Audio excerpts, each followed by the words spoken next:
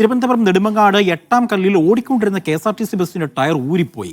ബസിന്റെ മുന്നിലെ ഇടതുവശത്തെ ടയറാണ് ഊരിപ്പോയത്. അപകടത്തിൽ ആർക്കും പരിക്കില്ല. RB സനൂപുണ്ട് വിവരങ്ങൾ നൽകാനായി. RB സനൂപ്, ഓടിക്കൊണ്ടിരുന്ന ഒരു ബസിന്റെ ടയർ എങ്ങനെയാണ് ശരിക്കും ഊരിപ്പോകുന്നത്? എന്താണ് ഇതിൽ സംഭവിച്ചത്?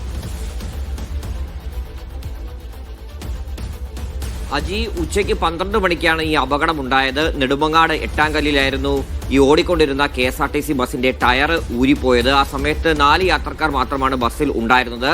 നെടുമങ്ങാട് സ്റ്റാൻഡിലെ ബസ്സാണ്. കിഴക്കേക്കോട്ടയിൽ നിന്ന് തിരിച്ച് നെടുമങ്ങാടേക്ക് വന്ന സമയത്താണ് ഈ അപകടം ഉണ്ടാവുന്നത്. ഈ ഡ്രൈവറുടെ സമയോചിതമായിട്ടുള്ള ഇടപെടൽ കൊണ്ടാണ് വലിയ അപകടം ഒഴിവാക്കാൻ കഴിഞ്ഞത്. ഡ്രൈവർ വണ്ടി ഓടിക്കുന്ന സമയത്ത് എന്തോ പ്രശ്നം അദ്ദേഹത്തിന് മനസ്സിലാവുകയും വണ്ടി പെട്ടെന്ന് ചവിട്ടുന്ന സമയത്താണ് ഈ ടയർ ഊരി പോവുകയും അത് തൊട്ടടുത്തുണ്ടായിരുന്ന ഓടയിലേക്ക് ചെന്ന് വീഴുകയും ചെയ്തത്.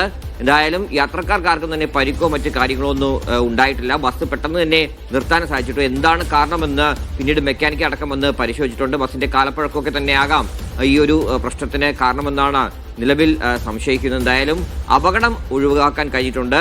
അല്പസമയം ഈ പറയുന്ന മെക്കാനിക്കൊക്കെ വന്ന് ടയർ ഇട്ടതിന് ശേഷമാണ് പിന്നെ ബസ് സർവീസ് ആരംഭിച്ചത്. ശരി, RB സനൂപാണ് വിവരങ്ങൾ നൽകിയത്.